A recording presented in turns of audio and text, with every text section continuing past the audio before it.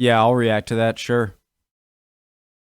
How did the Normans conquer England? Let's find out, shall we? My name is Connor. Hello, I'm from New England, and I like to learn things.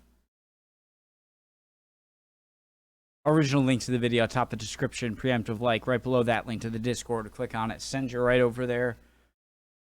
Love to have you.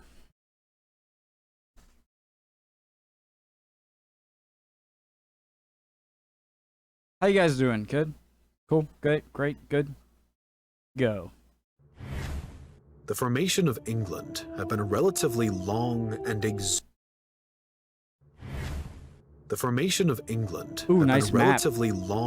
exhausting process. Through conquest after reconquest after reconquest, the Kingdom of England was finally created, and the Anglo-Saxons were in control. But just because they had taken the land and created a nation didn't mean they were safe from someone else trying to do the exact same thing in the exact same place. Across the— What was that?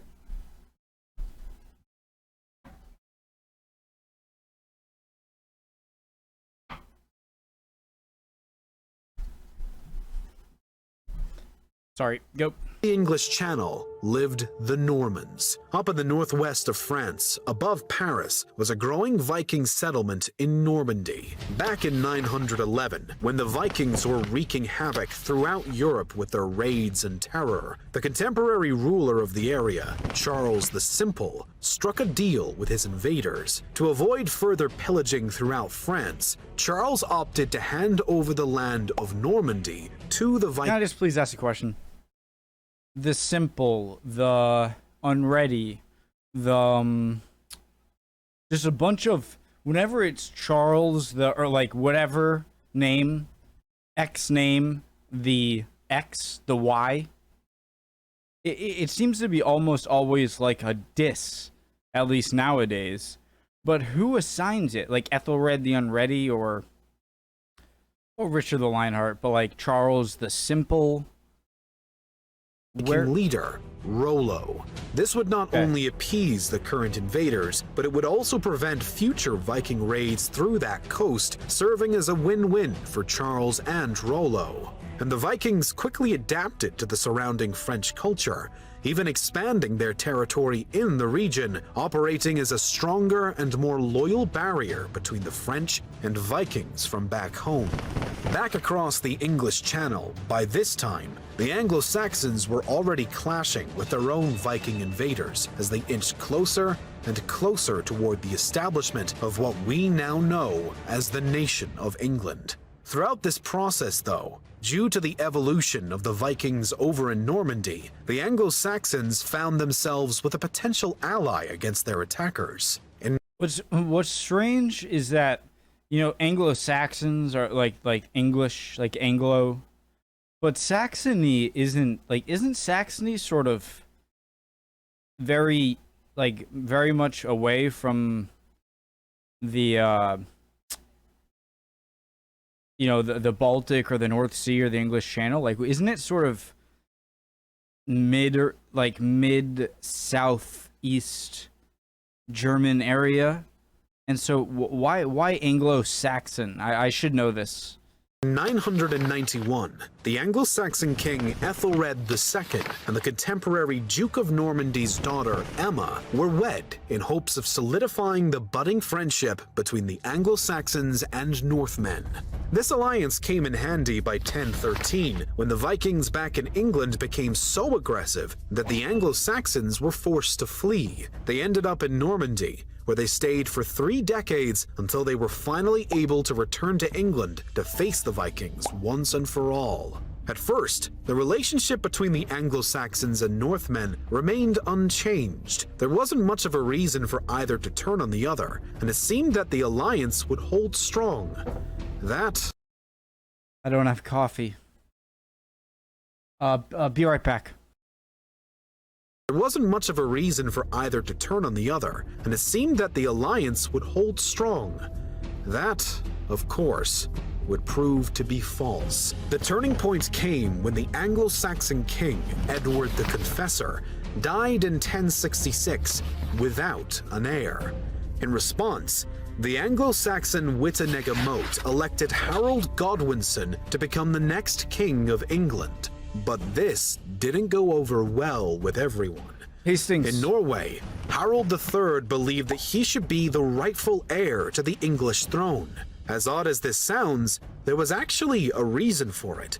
Guys, this is like the 10th time I've watched a history YouTube video about this or kind of adjacent subjects, but it's still hard to understand. So Harold here. So there's the party on the mainland, and then the ones in Norway, and then the ones in Normandy. So the one in England goes up north because the Norwegians are raiding more up north, and then he beats them, but then he has to race back down south because the people from Normandy are invading, and then that's the Battle of Hastings. Previous king of Norway, Magnus I, had negotiated a deal with Hartha Canute, a former king of Denmark and England. This arrangement meant that if either ruler died without an heir, the other would take their throne. And Harold III, being the successor of Magnus, felt that he was as such the successor of the agreement. On the other hand, the current Duke of Normandy, William, also believed he was entitled to the throne due to the acts of his predecessor. Given the blood connection that he had to former King of England Ethelred due to his marriage to Emma, William assumed that it was him who would take the heirless throne. And here is where we see the friendship between England and Normandy collapse. As tensions rose between England and their once allies, Harold of Norway was the first to make a move. The Norwegian invasion of England was launched in the fall of 1066, catching the new King of England off guard and unprepared. Is it like the York area? The English were able to repel their invaders at the Battle of Stamford Bridge. Okay, Godwinson, Harold, and William. Although the army was greatly rattled and weakened. Normally, this wouldn't be a problem, since the enemy had been driven out. But Harold was simply the first former friend of England to take action, not the only one. While the Norwegians and Anglo-Saxons clashed, the Northmen were preparing for battle themselves. Roughly 600 ships and 7,000 men were prepared from all throughout France and even Germany to fight under William of Normandy. Although they had initially planned to arrive prior to the Norwegian invasion, the Normans were held up by poor weather for a few weeks before finally reaching English shores, which was actually a blessing in disguise for William. Now, he was landing in England only a few days after the Battle of Stamford Bridge, which meant that Harold's beaten-down army would have no time to plan or even recuperate. Upon arriving in Sussex Hastings. on September 28, 1066, the Northmen began to set up their base and wreak some havoc across the land. This region in particular was a direct possession of Harold, which severely angered the king. While Harold could have potentially waited for William to march further inland while he regathered his own troops, this aggressive personal provocation caused Harold to react immediately and rather recklessly. Inland angered the king, while Harold's troops, this aggressive personal provocation caused Harold to react immediately and rather recklessly. On October 14th, the Battle of Hastings began. 6 miles from Hastings at Senlac Hill, the forces of William of Normandy came face to face with those of Harold of England. For William... Sorry, the Battle of Hastings is just kind of exciting because it's one of those battles that... I mean, most Americans probably won't know what it is, but many Americans will probably be like, oh, Hastings. You know, it's like one of those battles that an American might even like, oh, yeah, that sounds familiar. And so it's nice kind of like learning more about that thing that's always been... There was a clear advantage. His troops were fresh, organized, and prepared. Yet, as soon as the battle began, they seemed to fall apart in theatrical fashion. The plan was for an archery rank to first weaken the English, followed by an infantry attack and then cavalry. Instead, The archers proved practically useless due to the English position atop the hill and their successful shield wall. As the Norman infantry tried to take their turn, the English pelted them with rocks, taking out more than William had anticipated. Agitated and at a loss for how to overcome these unexpected hiccups, William sent in the cavalry anyway, which seemed quite menacing until the horses couldn't get up the hill to actually reach the English. Those who did make it up were slashed down by Danish battle axes, leaving William in disbelief. Okay, so this is a pretty steep hill we're talking here. Can't exactly get a great view or perception of elevation. And to make matters worse, in response, William's left flank division simply quit the fight, causing the rest of his troops to begin an unplanned retreat. As the Normans fell back, William's horse was killed from underneath him, sending him tumbling to the ground and presumably dead. But two key events were happening. For one, the reason why his horse was taken down was that some of the English troops had left the safety of their hilltop shield wall and began to chase the Normans. Next, William leapt up from the ground and began to rally his men, who had started to flee in fear after seeing him go down. William and some of his knights now turned back to the attacking English and raised their weapons for battle. The damage was done fast and furiously. The Normans were thinning the crowd of English soldiers in front of them, and those who were still approaching failed to notice that the tide was turning, and they too were brought down. After heavy casualties had been taken by the English, the survivors dropped back to regroup with those who hadn't charged down the hill, while the Normans debated their updated strategy. Suddenly, William had his advantage back, and he was ready to use it. What followed was a beating by the Normans. Not only did William's new tactics work, but it was he and his knights who broke through the English ranks to slay Harold's themselves. With their king dead, the English... Guys, well, I didn't hear that. I wonder, the same thing with cannon fire, like, but, like, how good were the archers at... How at what range, both for them and for the distance of their fellow, soldiers to the enemy, could they comfortably, without much worry of friendly fire, shoot their arrows? Does that make sense? At what point could the archers know you shouldn't keep shooting because you're gonna hit friendly fire, and how good were they at just getting over their fellow soldiers to hit the enemy?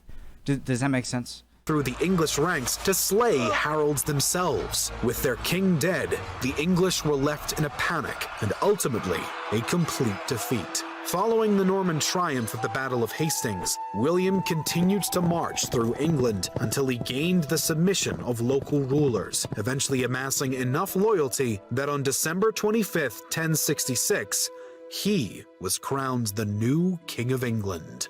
Despite this, William still faced heavy resistance throughout England, and including by the sons of the defeated former King Harold. He was also ambushed by invading Danes and Scots, although the Normans were, again and again, able to push back and suppress their enemies.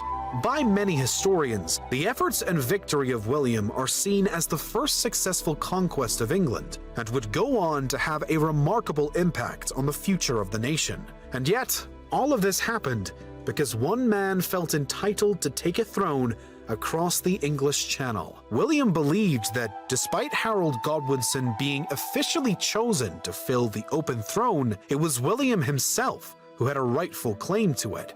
But beyond this, it was also the insistence of Harold of Norway that additionally helped the Normans by unintentionally weakening the English forces only days before William's arrival. Harold could have reinforced and better prepared his troops nonetheless, given that William... That's history. Sometimes stuff happens like that, or always. ...hadn't even begun to march further inland towards London. But, whether intentional or not, William's landing in Sussex triggered an instant response from the king that gave the Normans the obvious advantage. And despite the initial setbacks on the battlefield, William proved to be the most fit for warfare, even if not necessarily for the throne.